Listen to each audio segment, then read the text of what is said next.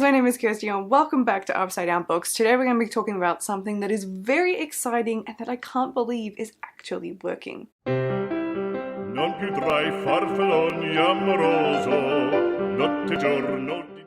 So that of course is my current book buying regime slash ban, and I have been trying numerous ways of controlling my book buying in a way that actually allows me to make progress with my TBR and make me feel like a little bit better about my book buying habits.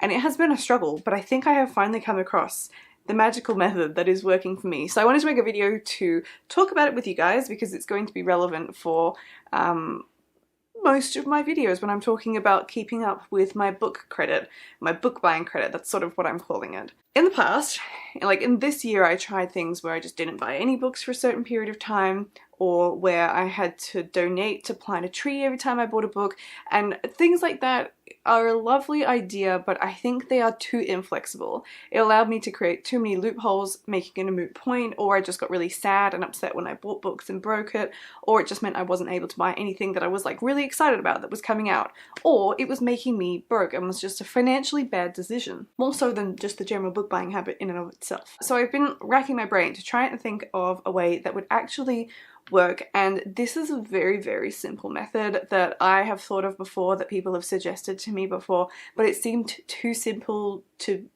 like be A, enjoyable, or B, actually work. But it has surprised me. I have been doing this since about the end of August and I have kept to it. It is now mid to end of November and I'm really, really surprised that for like a few months I've actually been holding to this and enjoying the regime as well. Simply put, it is a read two, buy one. But I want to walk you through it in a little bit more depth of how I'm tracking it and how that's been working for me and what I'm including and what I'm not including, just to explain the book buying regime in context of me and my reading. We all know that I'm very good at acquiring books. I can acquire books till the cows come home. I'm very good at this. I enjoy this. I love buying new books. I have many books. You see like the smallest portion of them behind me. So it gets out of control really quickly. And one of the things I've done this year is I've put together a master spreadsheet that is tracked all of the books I have, and I've started tracking all the books I've read from 2022, whether I'm going to go back and do since like 2013 when it would have been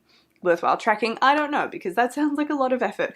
And I'm going to screen share with you in a second to take a look at the spreadsheet, what it's looking like. I'm running down a few statistics, particularly in the light of what I'm buying and what I'm reading and how I'm balancing that out. At the moment, going off my spreadsheet for how many books I've bought, it has been an astounding year of book buying. I have got on 3 separate small little holidays that have allowed me to go on basically book buying holidays, which has been really fun because I really like going on holidays where you try and get hold of books that are maybe not available in your local area, or just enjoy book buying in general as part of the holiday. And because I've had like a trifecta of that, that has exponentially increased it. I also attended an amazing book fair, which I shared the book haul with you not that long ago, where I acquired like 30 plus books, I think, because they were dirt cheap, and that is super fun, but it obviously just enormously adds to my TBR. And that is less fun. And I think there's plenty of reasons for and against even worrying about this kind of thing, because you have as many books as you want to have. It's not a bad thing if you've got hundreds. It's not a bad thing if you just buy from the library. If you borrow from the library and leave it at that. It's just really a personal thing of I want it to feel like I'm making progress through my TBR, because if I am waylaid by review copies or just new books or random books or books I've been lent, then it feels like I never get to my backlist, and that bothers me. So this is why I'm doing it, is because it's bothering me, because I'm running out of shelf space, and it's probably a good idea to not spend all of my money on books, because one must feed themselves. So yeah, 2022 has been like, by several hundred books, one of the biggest buying years I've had ever. I have been tracking a graph that shows me what year I've held books, and it's been sort of up and down, but 2022 has been exceptionally high, which has meant that whilst I am on track for reading close to 100 books this year, I've acquired more than that, so my TBR naturally gets bigger rather than getting smaller. And every year I set myself a TBR challenge where I want my TBR to be smaller.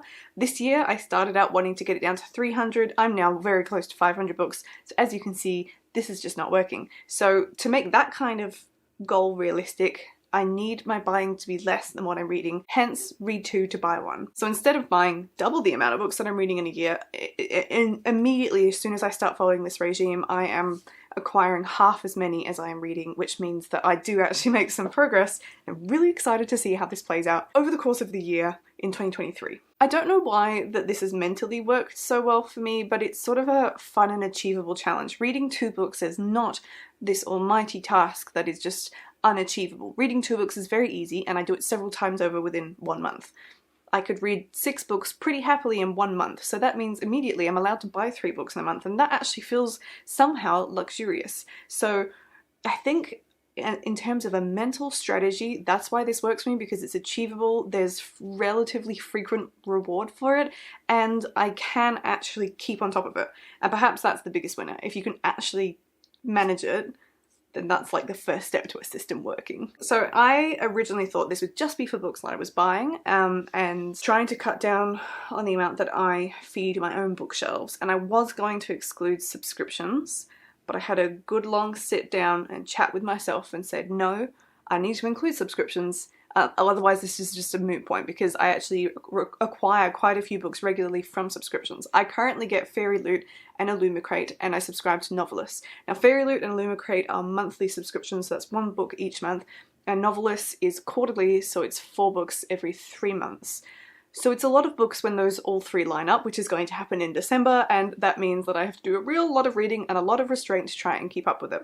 Mostly I have been towing the line at around the 0 mark, which is I'm happy with that. I've been able to build it up in the knowledge that the subscriptions are coming up. So for example, right now as I'm filming, it's the 19th of November and I am currently sitting on 0 or 0.5. I will check, because obviously if I read 1 book, that's only 0.5 towards a full book credit, which is where that term comes from. And knowing that I've got FairyLoot, Illumicrate and Novelist coming up, as well as a couple of things I have ordered for myself, a couple of special editions, I know that I need to read and get like enough book credits for like 11 books in an ideal world. So it's like a kind of fun, realistic challenge. I mean, like, to get credit for 11 books means I need to read 22, and at this point in the year, like, to do that before the end of the year is probably unrealistic, but it's nonetheless a fun and seemingly achievable challenge to set myself, which I think is why it's working so well. So I thought I would just give you a quick look at the spreadsheet. I'm going to bring it up on my laptop in front of me now. Okay, so looking at my screen now, you can see the main thing I've got up is my master spread, which is my books read in 2022. And as I add things into here, if I just skip down to the end of it, you can see that the last book that I've logged is Which Way to Anywhere, which is true. I believe I haven't finished anything else since then. And then that directly links onto this tab over here, my statistics tab. I have all of these things set up here. I've pulled this spreadsheet from someone online and then I've sort of massively changed it to suit my own thing.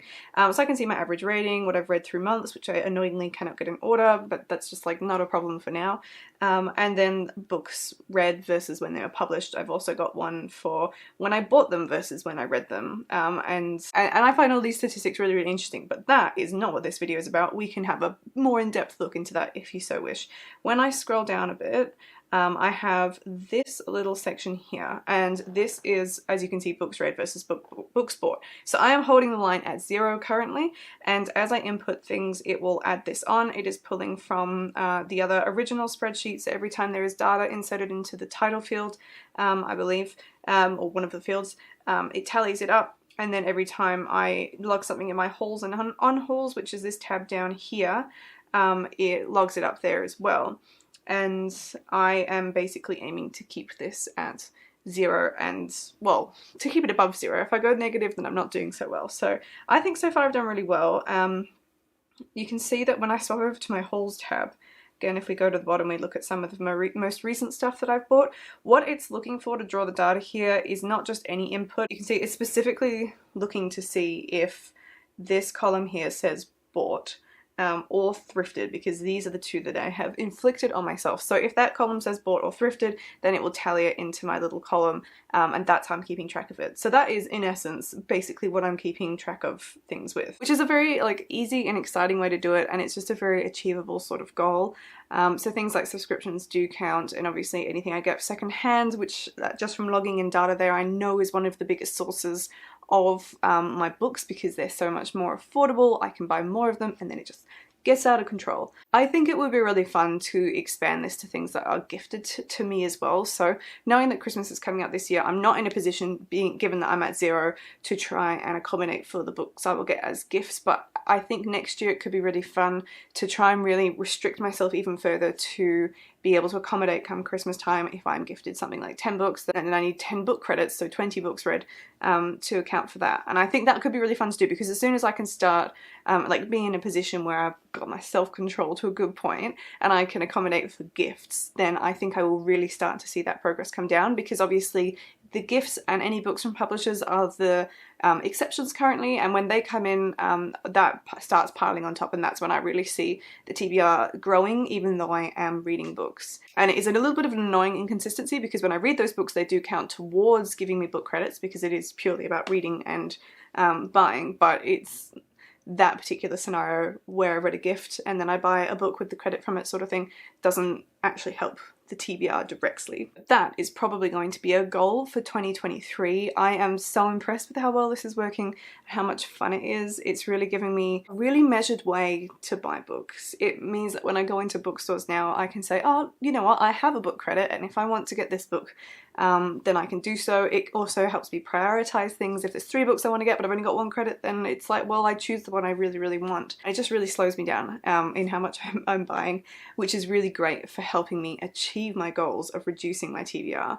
So I'm thinking that with this in place for 2023, I might be able to set a realistic goal of getting my TBR down from close to the 500 mark to maybe under 450. I think that would be realistic. I hope so anyway, but it would just depend. I've been trying to reduce the number of books getting from publishers so I can take that more or less out of the equation, and then it's sort of really just left with known entities, which is really great. So this is what's been working for me currently, and I wanted to share with you because as I go through my wrap-ups, I think it would be really fun to let you know where I'm at with my book tally as I go through. It would be good to set goals that are specifically related to this, and to basically try and make it as comprehensive as possible. The more familiar and that I get with it, and the more successful I get with it, because already in November, having put this in place, I've noticed that my enjoyment of my reading has really gone up because I am prioritizing reading my own books and books that are working towards this goal.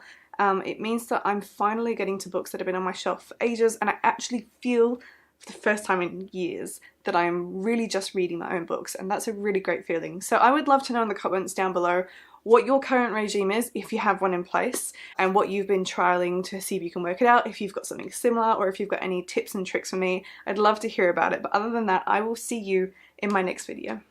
Goodbye. Alla gloria mia.